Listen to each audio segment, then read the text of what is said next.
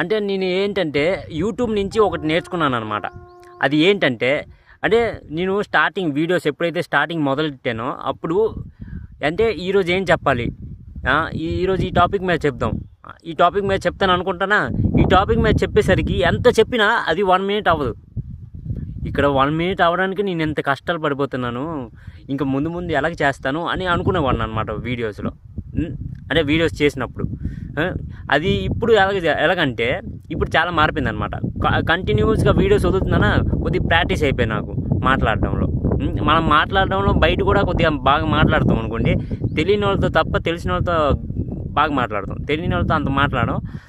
అదే వీడియోస్లో ఇంకా అలవాటు అయిపోయింది కాబట్టి మనం చూడండి, నేను ఇప్పుడు ఎలాగన్నా 49 మినిట్స్ 49 సెకండ్స్ అయిపోయింది అనమాట. 50 సెకండ్స్ అయిపోయి ఇలా మాట్లాడి. కానీ అదే స్టార్టింగ్లో నేను మాట్లాడుంటే ఇది ఒక 20 సెకండ్స్ కూడా మాట్లాడలేకపోతున్నాను.